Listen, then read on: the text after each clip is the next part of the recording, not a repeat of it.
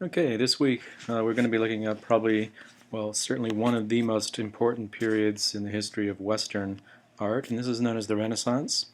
Again, we'll fix the dates roughly, not getting too bogged down with details and dates, from the beginning of the 15th century to the beginning of the 17th century. As we left off last time, we were looking at the use of light and stained glass windows in Gothic cathedrals. There was another development in Gothic art which was very important and very pertinent to the Renaissance, and that was the idea of statuary. As you recall from the biblical prohibition against images, statues were pretty much banned because they were often freestanding and three-dimensional. They were casting shadows on the ground, and so they could very easily be mistaken to be something rather than a decoration. So largely statues were relegated to walls and doorways and very, very stylized, what we would call a bas-relief. So it's two-dimensional, but it sticks out a little bit from the wall. And so here's some examples of statues from Chartres Cathedral. It's known as the Royal Portal, and you notice that the figures are not very lifelike. They have the same sort of expression, the same poses, they're very stiff, they're very vertical, and if you notice the drapery, the sort of swirls on the drapery, it really doesn't represent real drapery. It's more like a symbolic sense of drapery. Now what happened with Gothic sculpture is that over time it began to get more and more realistic. Um, Sculptors and architects began in the Gothic period to be looking back towards the Greeks and the Romans and to notice certain things about their art, and one of them was this whole idea of realism and the contrapposto pose. And so by the time we get to the Renaissance, we have artists that are fully embracing that classical tradition, and this is an example, one such example by Donatello, of a figure standing in contrapposto, fully separated from the back of the wall, very realistic, the drapery, the hands, the hair. Renaissance means rebirth, and the rebirth that they were talking about was the rebirth of the classical world. So in painting, similar things began to happen also. Here's an example of an early Roman painting. Again, you can see the details of the shading. We've looked at this painting before. And here's an example of what we were looking at previously in the Christian era, where things were very, very flat, very, very stylized, as befits the Byzantine approach. Now, the Renaissance is a period that happens in between this Byzantine Christian era and a later era known as the Baroque. You'll notice by looking at the Baroque paintings, they're very photographic, very dramatic sense of lighting. And if you look at the Byzantine paintings, they're very sort of graphic and cartoony and flat shapes, no real sense of reality. And that transition from that Byzantine early Christian Gothic approach to the Baroque approach was facilitated by this period known as the Renaissance. In the Renaissance, art changes dramatically. Realism comes back, and so does a great many things associated with the classical world. One of the most famous paintings of the Renaissance period is the Creation of Adam by Michelangelo. And you can see here the old prohibitions against images by this time in history had pretty much subsided. Realism had come to be accepted as an acceptable form of making art. In fact, it actually reinvigorated the religious spirit. By creating images that were real, people began to believe and think and understand that the stories of the Bible also were real and living entities, and they weren't something necessarily restricted to the past. And we can see that change dramatically in the two figures. One of Adam, a reclining nude figure, totally without clothing, and very, very classical in his sort of recumbent pose and his muscles and body sculpted, etc.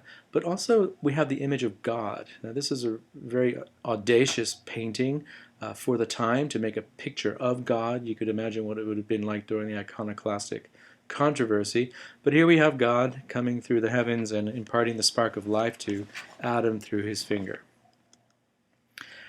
We also had in Northern Europe similar development towards realism, but this was brought about for different reasons. One of those reasons was the development of oil paint. Now, oil paint was something that had been around for a long time, but nobody really did it. and largely because the oil never dried. And so your paintings would be sticky and tacky for months, if not years. And so by the time they were fully hard and dry, you probably would have collected all sorts of bugs and dust and lint and flies. But one artist by the name of Jan van Eyck began to develop techniques of oil painting that involved chemicals that acted as dryers. And so he was able to control the drying time of his paint. And as a result, he's able to manipulate the paint and blend it and create texture and create illusion at a level that had never ever been seen before. And so here we have Adam and Eve by Jan van Eyck. You'll notice the depth, the darkness, the shadows, the richness of color. And also, if you're curious about the shape of Eve's body, this was the ideal woman back in Europe at this time. So today we have our sort of ideal of the sort of anorexic junkie. Back then, the ideal woman was considered a woman who had some sort of belly. It was a sign of status. It showed that you had plenty to eat and you weren't a mere worker. You're a woman of luxury and status. Very small shoulders and very, very high foreheads. And I'm not totally sure where the high forehead comes from, but women used to shave their foreheads to create the illusion that their hairline was further back on their head. And so here we have Eve depicted as the ideal image of a Northern European woman at the time. The other thing we find in Renaissance paintings, we've talked about this earlier, is the use of contemporary clothing and people. This is a painting where we can see Jesus and Mary at the top, being greeted by the three kings, and the three kings happen to be members of the Medici family in Florence. And if you look at the clothing, especially the gentleman on the lower left, this is all very contemporary clothing. So this realism was combined with a sense of contemporary look and feel, which also aided in making the images of the Bible less historical, less something that's in the past, and more of a living sort of reality. Very similar to this image, which we also saw earlier. What if Jesus could be depicted today with modern machinery and technology? How would that change your idea of Jesus? And again, it would make the stories of Jesus and the meaning and the message of Jesus very, very current and up to date. Like I said earlier, the word Renaissance comes from the French word, which means rebirth, and it was a rebirth largely of the classical world. Throughout the Christian era, reading and study was not promoted. The Bible was considered the sole source of knowledge and information and all that one really needed. And so the vast amount of learning, the science and the development of philosophy that went on in the Greek and Roman world, which largely supplanted by the Christian tradition and keeping people like Aristotle, for example, alive. But most of what happened to Greek culture was preserved in Islamic culture and came back to Europe through the Moorish crusades coming through Spain. And so the Islamic culture was preserving a lot of the science and a lot of the technology that we find in the classical world. One of the key features of the Renaissance was a movement known as humanism, which was a revival of the learning based on classical sources. So we would get all the classical texts, texts on philosophy, texts on governance, and also mythological texts, began to be translated, updated, and turned into the language that was often used was known as the vernacular, which is the everyday common language of people. So for example, most of these texts would have been in Greek or Latin, and those two languages were still very much alive, and people who wrote anything of great importance would write it in Latin. And what happened was these humanist philosophers began to translate these into Italian, for example, or French. And so there's a wider access of people, wider net of people having access to these works. And one theme throughout these works was a renewed emphasis on the human element, the human perspective.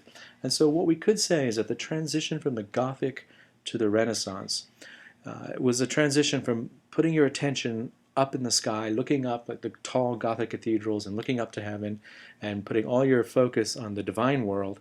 And in the Renaissance, the focus became much more down into the human world. And so we had various scholars and writers that were dealing with issues relating to government or human folly and human behavior and all sorts of things which brought a renewed emphasis to the world of the here and now. And one of the most important elements to that was St. Francis of Assisi, who transformed the religious understanding of the natural world. The natural world, like the body, has been seen as very sinful through the large period of the Christian Middle Ages.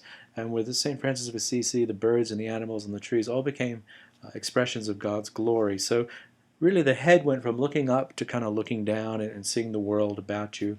And this all sort of dovetailed into a large amount of interest and curiosity about not only the Greeks and Romans, but about the natural world. One of the key elements in terms of the arts was the rediscovery of realism. And we saw that in the Greek and Roman sense of realism, statues such as this became the epitome of the classical age, with the contrapposto stance. One half of the body is relaxed, the other half of the body is in action. But the whole proportions of the body were idealistic, and the attitude and the pose and the emotional demeanor of the statues were very calm, very poised, very alert, very, very classical, as we often say. And also in terms of the paintings, the realism that was developed in the paintings. These things were rediscovered largely by one artist by the name of Giotto. What he did was he took painting and he transformed the Byzantine Christian Gothic style into something that looks like this. Now what's extraordinary about this painting, besides the fact that it's very deteriorated, that the sky was totally a different color, but this is a dramatic scene, the Lamentation of Christ, where Christ has been taken off the cross and where he died. And what we have here is a scenario that looks very, well, not very to our eyes, but to people living at the time, very realistic. So some of the features might be the expressions, the emotion, the grief, the anguish on people's faces. The people in the front with their backs to us. This was a very unusual way of painting paintings. Prior to that, everybody, like being in a theater, was facing forward, facing the audience. And with Giotto, we get the feeling that maybe we're eavesdropping, we're looking over the shoulders of these people. He also began to develop a sense of space and depth by overlapping. You see the people on the left, all the heads, they get obscured as they go further back. And even the hands, look at the apostle leaning forward right in the middle with his arms outstretched. One of the hands, we know the far hand is further back. It's his arm being outstretched. But to many people at the time, it seemed rather odd. It was seen like a hand growing out the back of his neck or at the top of his spine. So it's hard to really understand how people really saw these images at the time. For us, we're so used to seeing three-dimensional images. One thing that we really forget is how much of a cultural and sociological learning has gone into seeing images in a particular way, a learning that took a long time to develop and change in the history of art. Another painting by Giotto, Entry into Jerusalem. This is Christ on the donkey, and you see various events happening here. He still has kind of smaller people and unusual buildings that are too small. See the people coming out of the doorway, and then the people throwing their capes down for the donkey to walk over, and also these two little fellows climbing up the trees to get a better look. And if we compare this to an earlier painting of the exact same subject, we see something like this. We get a funny little man in a tree, we get unusual rocks and cliffs on the left, we get the same small building, and the people throwing down their robes are very, very tiny. So this kind of flatness, this kind of symbolic way of representing things slowly gave way, if I go back to the Giotto, to something like this, which at the time was seen as incredibly realistic. I hesitate to use the word photographic because they had no concept of photographs back then, but extremely realistic. Giotto's Madonna and Child. Madonna and Child is a very popular subject. It's Jesus and his mother Mary. Again, if we look at Giotto's version, notice the halos of the saints, the saints and the angels, overlapping each other, obscuring each other. And then we move further into the Renaissance and we get the next major painter of the Renaissance by the name of Masaccio. Giotto was very famous in his day. He created this realistic style, but when he died, his style died with him. And it was nearly 100 years later when that style was revived. And it was revived largely by a painter by the name of Masaccio. And here is his Madonna and Child. And you can see some really notable differences. Mary and Jesus are blonde. so they become these blonde Europeans. Jesus is looking much more like a baby, and his halo is sitting on his head, not flat like a disc like the angels down below, but more like a plate in 3 dimensions. It's going back, so you get this elliptical shape. And if you look at the angels playing musical instruments at the bottom, you see that the instruments are coming forward on the angel on the right. The neck of the instrument's coming forward to us and going backwards. So this sense of depth, the sense of illusion, and the sense of realism really began to catch on and to take over, and single-handedly really defined the art of the Renaissance. And if we compare the two, you can see these differences side by side. Whereas Giotto is very, very famous in his day for realism, he looks incredibly dated and old when you compare him to Masaccio. Another painting by Masaccio, The Tribute Money. This is the scene where Jesus is confronted by the tax collector, and we see in this painting they're in a very realistic landscape. The hills recede properly, the buildings are in what we call perspective. The lines get closer and closer together as they go back into the distance. And again, the clothing. We look at the tax inspector, he's right in the middle. He's wearing the tunic. That's a very Florentine outfit of the day. And in this story, Jesus is being asked to pay his taxes, and his apostles, Peter, for example, in the orange robe to the left, gets very angry. And Jesus says, well, don't worry, just render unto Caesar what is Caesar's, and unto God what is God's. And so he instructs Peter to go to the mouth of the fish on the left-hand side. And in the mouth of the fish he will find money, and he opened the fish, got the money. And on the right-hand side we see Peter paying the tax collector the gold coins. And so this was a way of including in one painting the entire narrative of the story in a highly realistic fashion and in a very, very contemporary fashion. Chiaroscuro is an Italian word that describes the use of light and dark. This was one of the key techniques for describing illusionism in painting. We see it here, a close-up of the Jesus we just saw in the last painting, where the right side of the face is lighter and then the left side of the face, and we see a sense of shadow coming across his neck and in his hair. Something we didn't see in earlier paintings. Remember this painting from last week? There's lights and there's darks, but they have no logic. They don't conform to any particular light source. They're just sort of lit and shaded in an ad hoc way that just describes the form as being symbolic rather than real. The other technique artists used to make things very realistic was this idea we just talked about, a perspective, of making buildings and geometries and roads and structures all seem to go to a vanishing point in the distance. And so we look at this photograph, we see the columns, and notice the lines on the floor.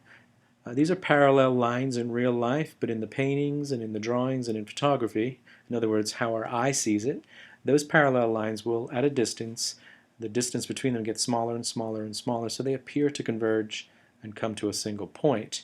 That point we call the vanishing point. Here's a diagram of that. This was a very effective device for creating the illusion of depth. So let me go back to that Masaccio painting, and I'll show you the building again. Here it is. You see the building on the right. You look at the floor where the columns are touching the ground and the ceiling.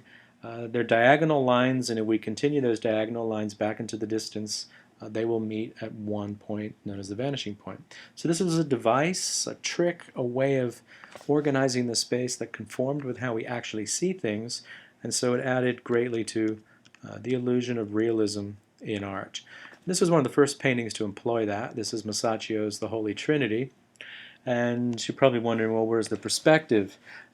There's not a lot in this painting, but if you look at the top, you see what are known as the coffers of the vaulted ceiling. They're going back in space, but they're actually coming closer together with diagonal lines, and at the top of the two columns on either side, they also have diagonal lines. And the vanishing point in this painting meets down below, right above the tombstone with the skeleton on it, and that vanishing point is actually eye level for most human beings, about 5'5" or something.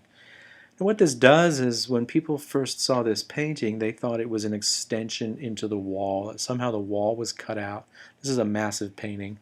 And the church was extended, but it wasn't. It was obviously just an illusion using the device of perspective.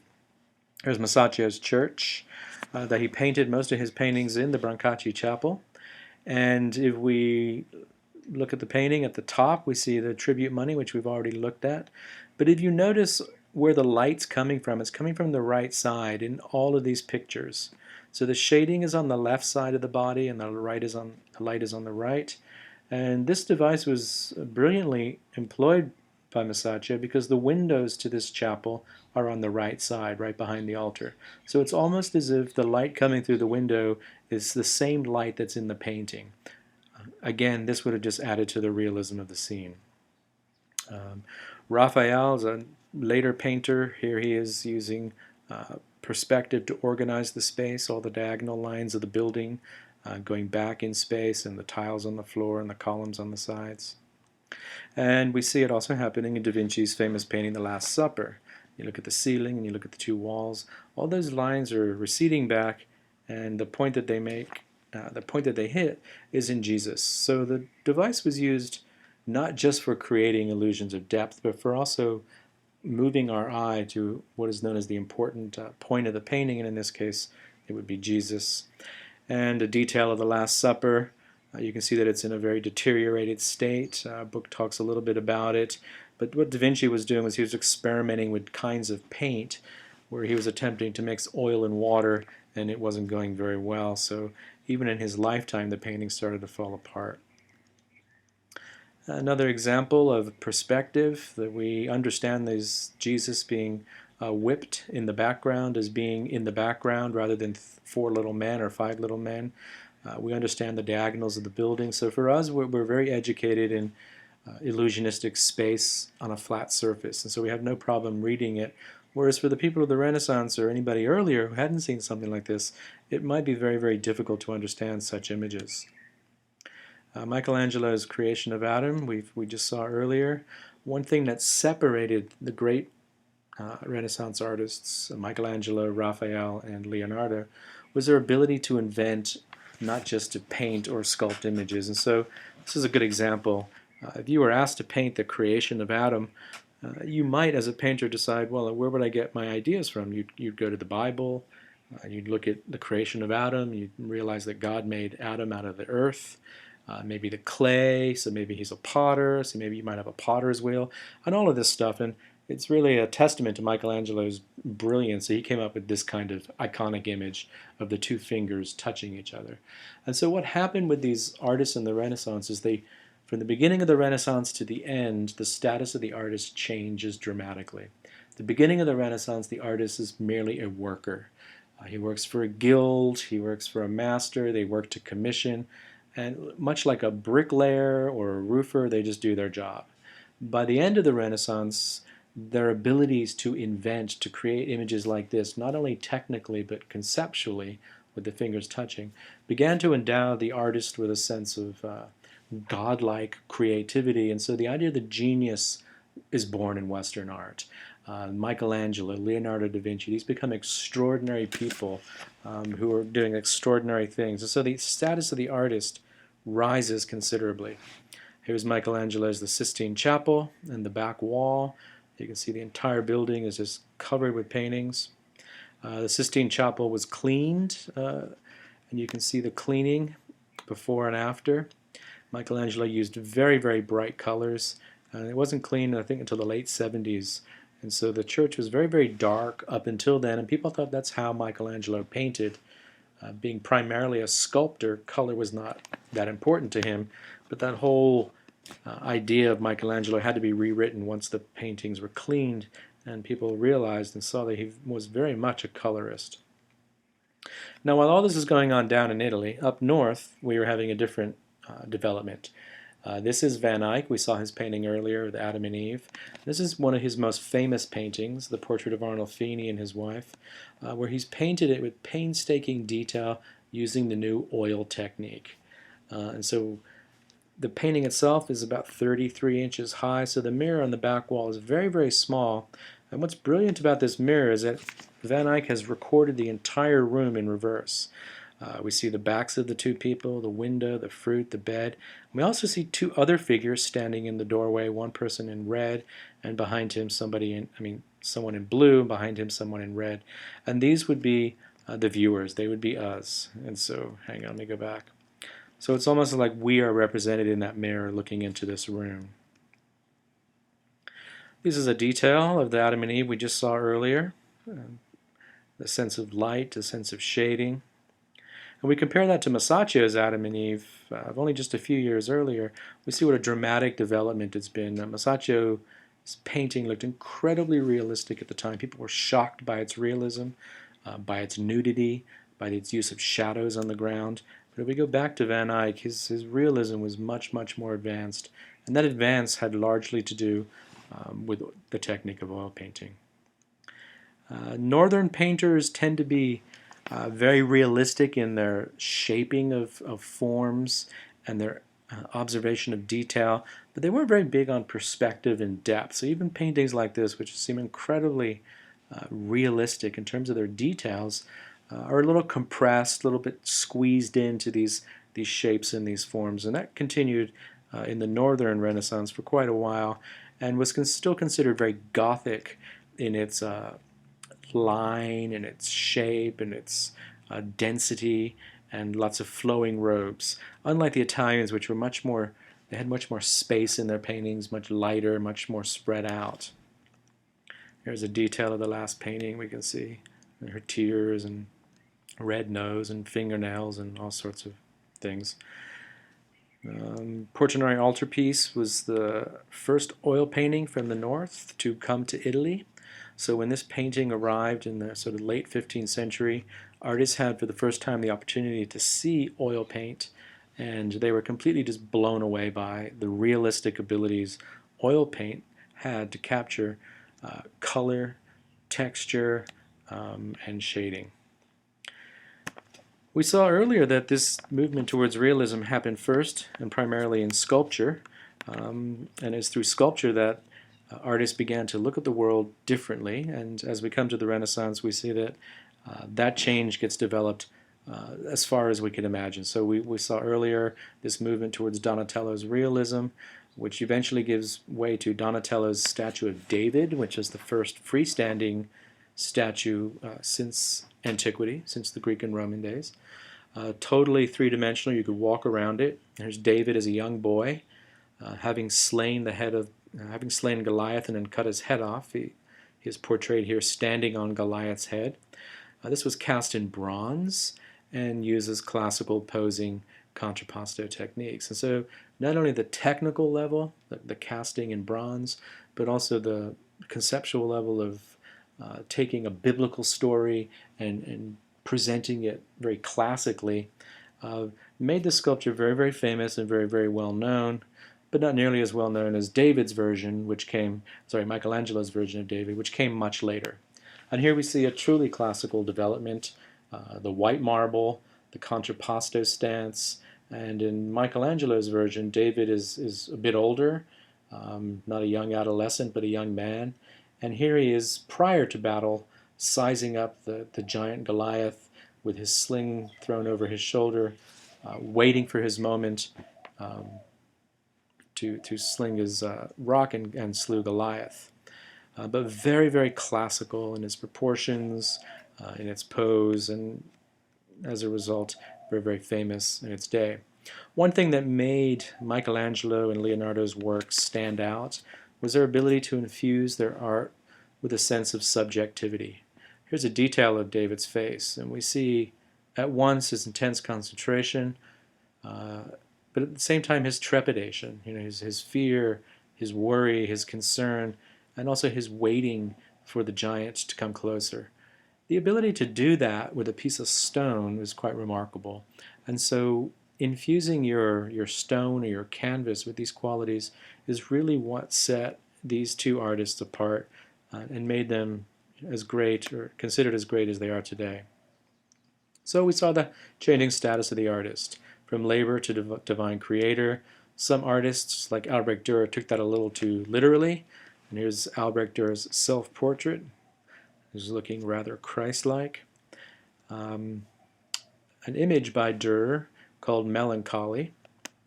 And this was an engraving. One of the things that began at this time was people started to make art on metal by scratching into it and then putting ink on the metal and pressing paper to that. and peeling it off. And this way you could make the same image many, many times. And so we begin to have the circulation of prints. Prints are cheaper, they're easier, you can roll them up, they're smaller, and so it allowed for the dissemination of art. And in this particular print, it's very complex, has lots of symbolism, but Dürer is looking at the psychology of the artist and the melancholy that often accompanies creative people. Portrait of Leonardo da Vinci and his famous Vitruvian Man, where he, from his notebooks, where he's drawing the proportions of the circle and the square in relation to the human body. Also, his notebooks were written backwards. They're written from right to left. And much has been made of this in terms of Leonardo's genius and his mysteriousness, but it's really quite a practical solution. He was a left-handed person, and the inks back in those days did not dry very quick, so if he wrote from left to right, the chances of smearing wet ink were greatly increased, so he taught himself to write backwards so that he can finish writing without smearing the ink. Still quite an incredible feat. But his notebooks were full of more than just art, and this is what really sort of sets him apart from other artists, and is where we get the term the Renaissance man. He was an inventor, he was a scientist, he was a doctor, he was a musician, he was a singer, he was an instrument maker. What he mostly did was he designed weapons and armaments and fortifications for various people, most notably the Duke of Milan. But here's an early image of a prototype for a helicopter. Here he is cutting out the human body and looking inside, which is something people didn't do those days. But being an artist, he also began to draw it. So the first medical manuals came out of Leonardo da Vinci. Here's another sketch of a tank, an armored vehicle, shooting out various weapons from the side and running on wheels down below. So ideas that were well beyond his time. He never made any of these things. He just kind of dreamt them up and sketched them and drew them. So some of his other discoveries include submarines, bicycles, contact lenses, scuba suits, parachutes, as well as the machine gun. So, like I said, these weren't made by him or anywhere near his time, but these ideas were sort of dreamt up, and we have his notebooks and his sketches that describe all of these things. His most famous painting is the Mona Lisa, and like we saw with Michelangelo's David, the same thing applies. Here's a painting that's just literally paint, but we get the idea that she has some thoughts going on in her head. In other words, we endow her with subjectivity, and that's what makes the painting what it is. So we're not sure what she's thinking, whether she's smirking or happy or bored, just wants to get the painting over with. But the idea that we even have these thoughts about a piece of paint on canvas is quite extraordinary and really separated Leonardo from other painters of his time, as well as his technique. His blending of lights and darks was so smooth and so gradual that people often compared it to smoke, where they could not see his handiwork or his brushwork. And so the darks would just appear like smoke, and hence it was given the Italian name sfumato to describe that sort of very soft, transient blending. The other thing he did was he unified the figure and the background. And so we have this mysterious woman standing, sitting, posing in a rather mysterious, dreamlike landscape. So the whole subjective mood of the image is embedded in the entire painting, landscape as well as figure.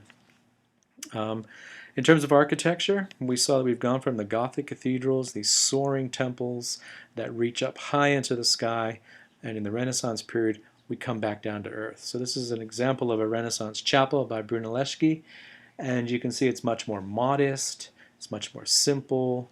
The Roman arch has returned, as well as columns that are kind of fake columns and more like wall decorations, but the whole scale of everything is much more human. This is still a big place, but this isn't about scaling to the heights of heaven. It's much more modest. Brunelleschi designed the dome in Florence's cathedral, which was the biggest dome ever built at the time. And so, the engineering feats go along with the technical feats of painting and the technical feats of sculpture. So the technology of this period in time, not just in the arts, but in all the sciences, just skyrocketed with a lot of people working with a lot of energy and a lot of creative ideas mostly in one or two places. This is Florence, where Michelangelo worked, where Leonardo da Vinci worked, Masaccio, Donatello, everybody we've been looking at. Other centers of the Renaissance would have been also Rome a little bit later, and then up in Venice. But largely these were just periods of great ferment of ideas and thinking and change. Mythological painting also entered into the Renaissance. When they looked at the Greek and Roman texts, they became aware of a whole other body of literature, very, very different from Christian stories of God. Here we have images of other gods and other goddesses, and so artists began to depict these images in their paintings. Botticelli's famous Birth of Venus. We see the goddess Venus being born on a half shell from the ocean, and being blown to shore by the west wind called Zephyr, and being robed by the goddess known as Flora. And so these other stories began to reach the popular imagination. People couldn't read them, scholars could, but for the large part, lay people couldn't, but they could look at the pictures. And in the way that the Christian paintings in the early Christian era were able to teach people, these paintings also taught people about this other vein, this other tradition known as the Greek and Roman mythological tradition. Here we have Venus and Mars. And what happened at the end of the Renaissance? Well, this one painting can sum it up. The Renaissance was known for its classicism, and this painting is by Michelangelo. It's done in the sort of the mid-16th century, and it's the Last Judgment. It's Jesus raising the dead that are virtuous on his right hand and condemning the dead or the living who are going to hell with his left hand. But this is a very un-Renaissance painting. It's chaotic, it's jumbled, there's lots of activity.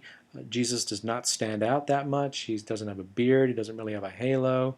And we have this gruesome painting of suffering and torture on one side and elation and glory on the other. But mostly it becomes synonymous with what we call maybe the Hellenistic phase of Greek art, where we're getting much more drama, much more emotion, and losing that sort of classical, stoic sense of poise and calm for a much more robust, dramatic, and emotional kind of image. Here's a detail of that, and you see a figure on the upper right holding a flayed piece of human skin, and that human skin has the portrait of Michelangelo on it. What he meant by that, I'm not too sure.